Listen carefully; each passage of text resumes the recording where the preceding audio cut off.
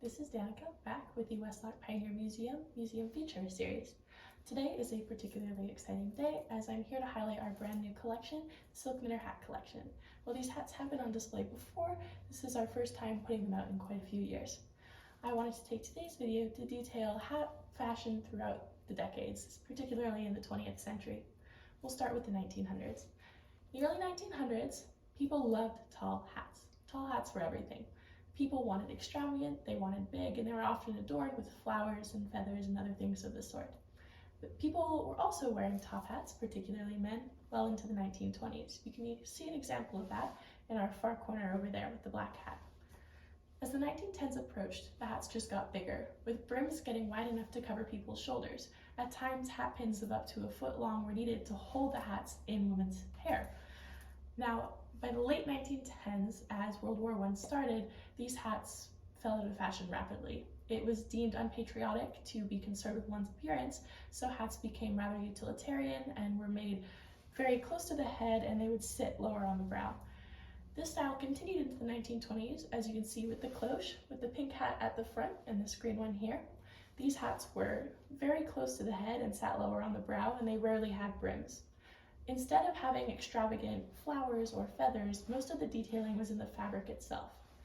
Now, this lack of brim didn't last. As the 1930s approached, the wide brim that was seen in the 1910s, the early 1910s, was carried on as parasols were coming out of fashion.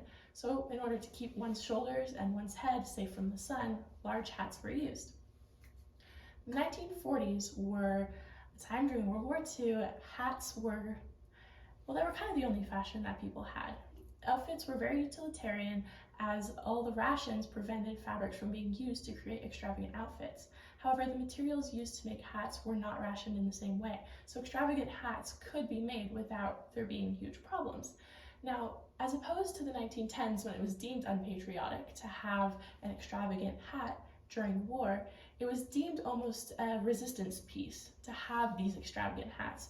You would have everything from the turban, which you see in the pink hat up here, to the toy hat, which you can see right above with the feathers and the flowers.